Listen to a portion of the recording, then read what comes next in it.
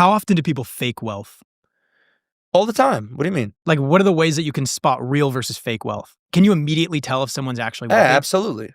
But are there tells when someone walks in, talks to you, that you could tell this guy's full of shit? Yeah.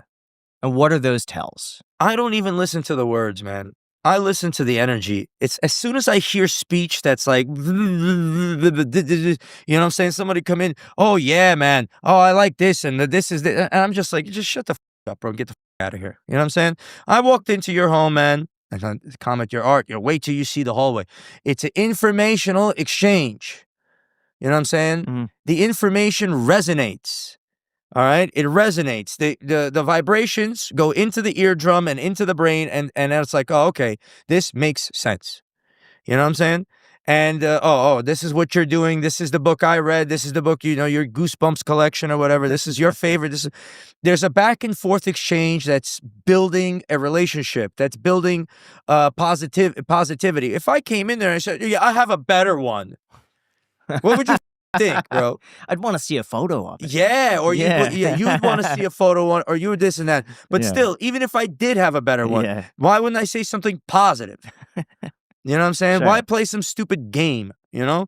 So this is kind of my experience of it. As people come up to me all the time. I got a jewelry store. You know what I'm saying? There's no gate to get through. They walk inside and they say, I have this. And I might be wrong. Yeah. I might be judging people incorrectly, but they might say, I have this idea or this, or I want that, or I want this. And I'm just listening to them like, yeah, go speak to over here.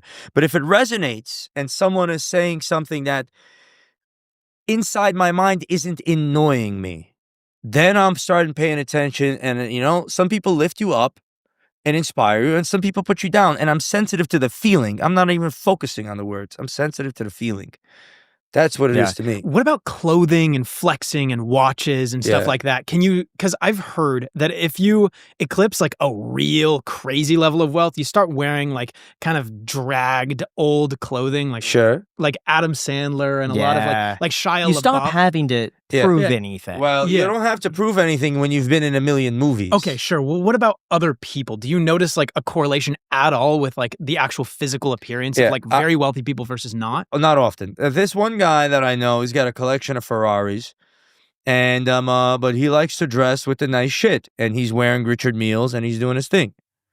You know what I'm saying? And he was the CEO of a Sharpie, you know, the marker, or brought that to market, you know, made serious money. You're talking about $500 million altogether or something like that. The guy shows money, but he wants to be fit, wants to look good. Take a look at Jeff Bezos. He was doing Amazon, you know, he's got that picture of him in his purple eggplant Halloween costume. But as soon as he made that money, he said, what the fuck am I going to do at Amazon all day long? And, you know, tinkering with this shopping cart button. Got himself a yacht, got jacked, got himself a side chick, and whatever. What about Elon though? Because he still has the tiny home. He doesn't have any fancy cars. He like, what do you think about the difference of someone maybe like? Yeah, sure. I mean, a star is a star. The man is, the man is a star. So it doesn't really matter. If the women looked at him like he was a loser, he would put something on, bro.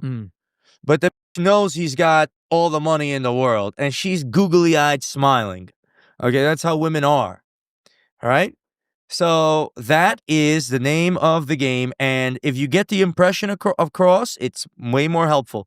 Sure, you could be humble, like John the Baptist, you know, eating locusts and dry honey, you know, in the desert. But that's a different dimension. So it's interesting. When I was working as a real estate agent, I'd host open houses every single Sunday at Beverly Hills. Yeah. And I can't tell you the amount of fake people who came in every single Sunday. And you could point them out because they ended up getting really dressed up to go and see an open house. Yeah. And they always had a story. Yes. Like you mentioned, they would always start talking about themselves. Oh, I sold this business and now I'm looking for this. And, right. My price range is $7 million. And you nailed it. But they start explaining too much. Right. And the real people walked in, I noticed, really understated. Yeah. Would never want to talk to you. Right. When you ask their information, they'd say, oh, you know, I'll sign in. Yeah. And that's it. They really just didn't want to be bothered. Correct. But they'd more walk in and out with a bit of confidence to them. And I also noticed that sometimes the poorest dressed people Right. were the richest. Right. The dude who's walking in with flip-flops, kind of a dirty white t-shirt and sweatpants, he's the one with like $200 million. Correct. In some cases, but you know, he's flashing money in other places. You know, he's going over there. Everybody got a plan. That person that was muttering nonsense when they walked through there, they thought they're going to wake up and they're going to come up and they're going to tell a story about how they're this and how they're that. And you see that, you know, and it doesn't resonate. You're an open house, you get to the point, it is what it is. You don't know me, I don't know you. I might have $1 million or $1 trillion or what have you. I don't know. You know, but this is the house, you're buying it or you're not. It makes sense. The shit that makes sense. The shit that doesn't. And people but you know, professional scam artists, some people like, oh, I'm embarrassed, I got caught being a fraud, and they leave. And some people like, oh, I know why I got caught. Let me adjust my strategy. I'm going to come in there on some shit. I know that he's thinking that in his head, that I'll come in there with the flip-flops and the shit, and I'll even have my friend come up to you and say, you dropped this and it's some expensive whatever. A scam. They'll fool you.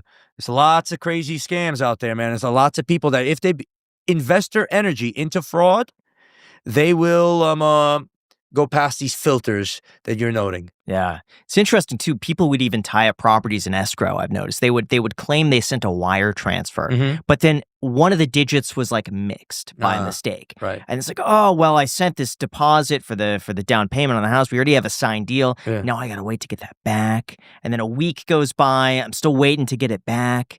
They send it again. Something went wrong. And what's the advantage of doing all this bullshit? I've never figured it out. Right. I think it's the feeling of importance. Right. Or they think maybe I'm going to hustle this deal over here and like get the money for it, or maybe I could have a friend come. I don't know. Make the seller more distressed, but it's happened multiple times. There's a reason, and for I don't it. know. Different people. There's never been a scam. It's mostly the people I think wanting attention. Right. They want attention. Yeah. I mean, in Beverly Hills and LA, they want to be a part of that life and a part of that top, but they're not. What about different levels of wealth and how they purchase items from you? For example, if you have someone maybe worth like 200 million, are they buying crazy iced out watches versus someone that's maybe worth like 5 million? Are they buying different sorts of jewelry? Yeah. Is there like a difference in terms of jewelry preferences that you notice? Yeah, I mean, listen, of course there's a difference in preferences, but for you're distinctly asking a person with a couple of million what their taste is versus a person with vast amounts of money? Yeah, like for example, vast amounts of money, maybe they're doing something because they're actually passionate rather than like getting a crazy iced out. Yeah, there's not much of a passion. You know what I'm saying? You got more money, you want to show it off. You want, you want to be at the casino and you want to do this and you want to do that. It's mostly for women, okay, and signaling wealth or whatever. And it's also for a good look or whatever it might be. But, that depends on the individual. But they're looking for the status. So whether they have the 1 million or 2, if it's their first watch, they might get an iced out this or a big bezel that. But if they've been buying for a long time, they're going to get that rare piece that says, I know what the I'm doing, the Patek Philippe, whatever, with the moon phase. How often do people come to you and not able to afford the jewelry? Or they're on a payment plan and they just charge you to a credit card and they can't afford this thing. Yeah, the average person, it happens enough. It's not that they can't afford it. They're buying something for $1,500 or $2,500. So how can they not afford it? They have a steady job and can make a payment. Relatively, they can afford it. And what they're buying, they're buying. If they're buying the right piece of jewelry, they're doing the right thing. If you bought a piece of jewelry that was heavy in gold in the year 2004 when I started, even if you paid overprice, the gold price was $350 an ounce and now it's $3,500 more or less. So you 10x'd your money. And if you overpay double, you 5x'd it or whatever. Yeah. So you can't lose on that. So some people are buying and getting played, man. And some people are not. Some people are over, what the question and the nature of the question. Of course, some people are overcommitting themselves on they can't do. Some people are on drugs they can't quit. Some people are buying to look like this. Some people are buying to look like that. And there is some millionaires that scrounge every dollar or millionaires or whatever and look like bums, but I never really noticed them. And those are people with psychotic issues, really. But still, they spend their money somewhere. I saw this one video a long time ago of Michael Jackson walking through an antique shop, I think it was. I saw that video. And he's like, I'll take it. this. And then yes, but I just remember watching this video and he just seemed to not care whatsoever about the price. Do you have buyers like that? What is your favorite type of buyer? Oh, that's the favorite type of buyer right there. And people do that. They walk into the shop and they're just like, oh yeah, 10 grand, whatever. I had a guy that came in, okay? This guy, his father was selling military equipment to Iraq with government contracts from the U.S. So he was manufacturing in Ukraine before long ago, and that's his father. And he was shipping it over there and just milking money, whatever. And his father put him on a big allowance, okay, because something in the family. Not going to get into it. Put him on a big allowance. Guy came in, bought 3 Rolexes for me, gifted me one, and the other one to one other member of my staff, and the other member of my staff. And then he started giving out gold bars to the other members of my staff. So this is a customer that came in, bought 3 watches from me, and gifted them to me. Okay, that's my favorite customer, bro. Where is he now? He's chilling. He's chilling somewhere. He hit me up the other day. I mean, his allowance went down or whatever. You know what I'm saying? He's more normal, more focused. But he was burning through. He was burning through $250,000, $500,000 a month, just having a good time. Shorties in every state or in every city. You know, buying jewelry for them, going over there, seeing them, and just burning through money and just going full tilt. Do you think he was happier back then or happier now? I don't know. I mean, it wasn't particularly happiness. It was just, you know, like the Emperor Nero would be doing or something like that. He was just pushing it to the limit.